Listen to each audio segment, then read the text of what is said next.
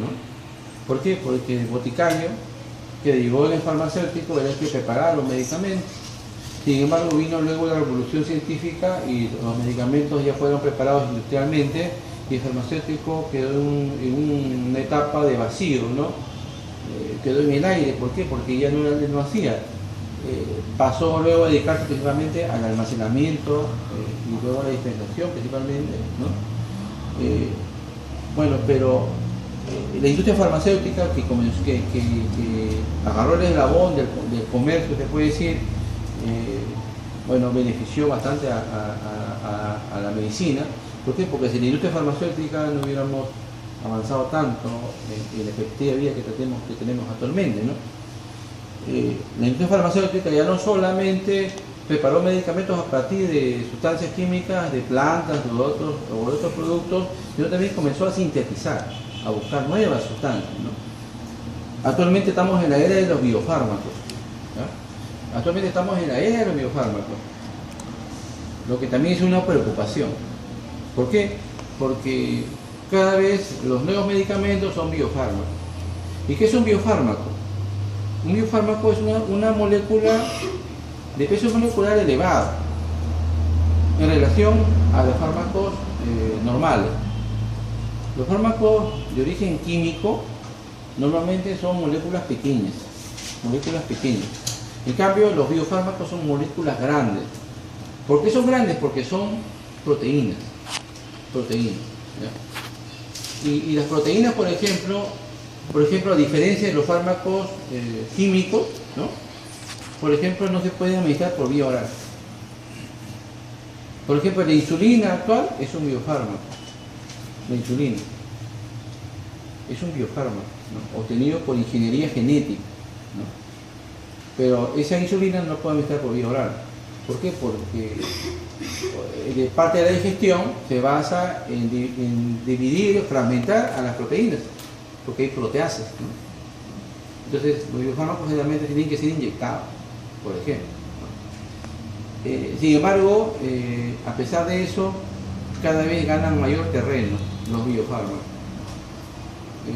Por ejemplo, la hormona de crecimiento, algunos anticancerígenos, ¿no? Fármacos contra la alergia, etcétera, son biofármacos, ¿no? Que cada vez ganan mayor terreno. Y la farmacología de los biofármacos no es tan igual como la farmacología química. Por lo tanto, lo que estamos en el campo de la farmacología, cada vez estamos ya metiéndonos más en esa parte de los biofármacos porque en el tiempo viene ese cambio. O sea, vamos a trabajar con dos farmacologías paralelas. Lo que es farmacología biofármacos y farmacología tradicional, ¿cierto? Bien, la biología molecular obviamente ayudó bastante a la obtención de biofármacos, ¿no? Por otro lado, la terapéutica derivó en las ciencias biomédicas, ¿no? Es decir, la parte científica del tratamiento de las enfermedades, ¿no? Por ejemplo, la patología, la fisiología, la bioquímica, la biología molecular, todas, conjuntamente con la química, ayudan a la farmacología. O sea que para entender el mecanismo de acción de un fármaco, tengo que entender aspectos bioquímicos, fisiológicos, patológicos, biológicos y químicos, ¿no? De allí un poco que, por ese aspecto un poco es que a veces viene el choque, ¿no? Sin embargo, si ustedes hacen memoria, han llevado química, han llevado fisiología, han llevado fisiopatología, ¿no? Han llevado bioquímica. Entonces, ¿dónde está el problema? En que cuando uno lleva esos cursos, lo lleva de forma, o lo entiende de forma fragmentada. No está pensando en que va a llevar un curso de farmacología que va a integrar todos esos conocimientos. Entonces, cuando pensamos así, viene el problema, ¿cierto? Viene el problema de choque, ¿no? ¿Por qué? Porque no pensaron de que todo eso, en realidad, la malla curricular que está planteada es como una pirámide. Todos los cursos que comienzan a llevarte desde el inicio van formando una base para poder tener finalmente la parte aplicativa, que es la farmacia clínica de la farmacéutica, ¿no? Esa es la idea. Entonces, lamentablemente no se puede hacer todo. Que cuando hago farmacología no puedo hacer todo porque me demoraría pues un montón de tiempo, ¿no? Por eso de repente se va al grano, ¿no? Por otro lado, la química, primero de productos naturales, con relación a la identificación de los principios activos responsables de la actividad terapéutica, y luego la química sintética. Quiere decir de que, por ejemplo, la atropina,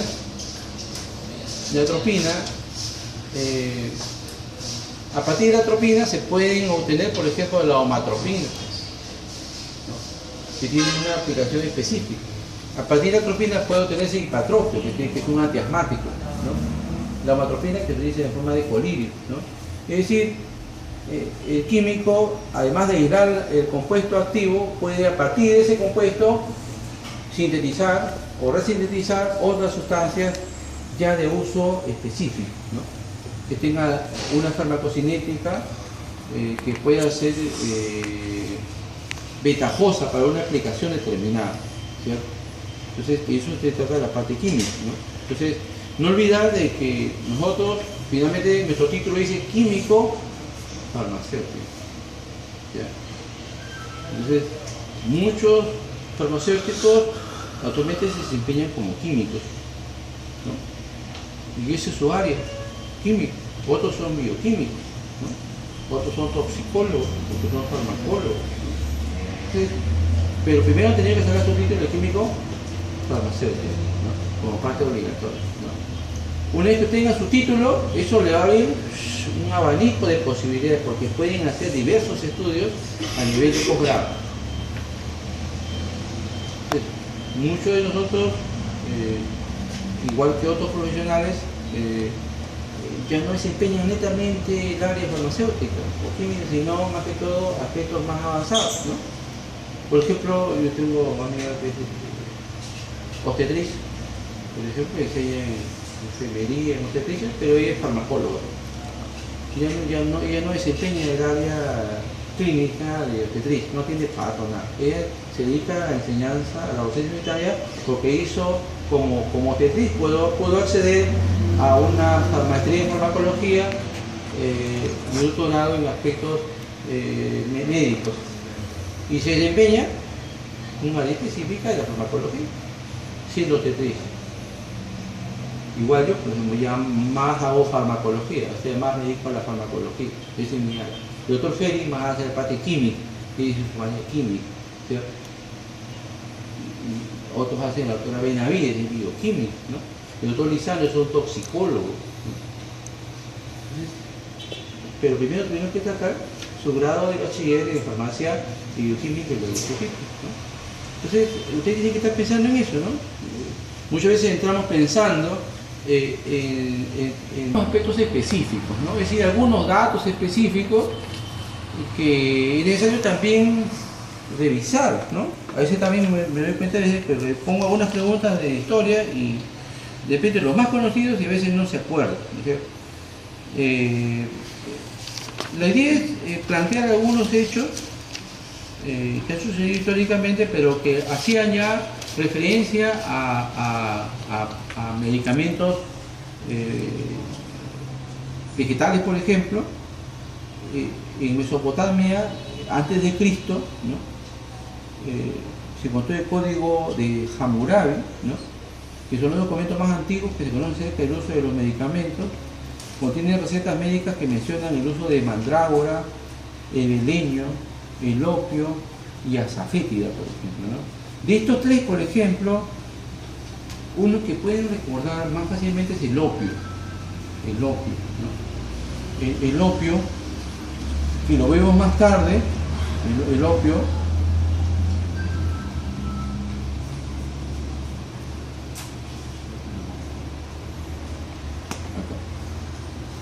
el opio que se usó por mucho tiempo, por ejemplo, en 1805, Serturner, ¿no? Farmacéutico alemán, que aisló la morfina del opio, ¿no? De una planta llamada adormidera, que su nombre es papavera somnífero, ¿no? O sea, el opio, que es un jugo, ¿no? De una baya, ¿no?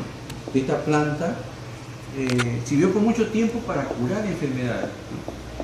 Y fue Sir Turner que aisló la morfina, ¿no? De este jugo, ¿no? Actualmente la morfina es una sustancia, un medicamento ampliamente usado a nivel mundial para el manejo del dolor. ¿Sí? Por ejemplo, a partir de la morfina puede obtenerse el fentanilo. El fentanilo es uno de los analgésicos más usados a nivel mundial para inhibir el dolor. Y no olvidar también de que a partir del opio, además de la morfina, puede obtenerse la codeína. La codeína es el antitusivo más usado, más potente que actualmente existe, ¿no? Cuando una persona tiene mucha tos y necesita calmar la tos, la codeína es fundamental, ¿no? La codeína también se utiliza para el dolor.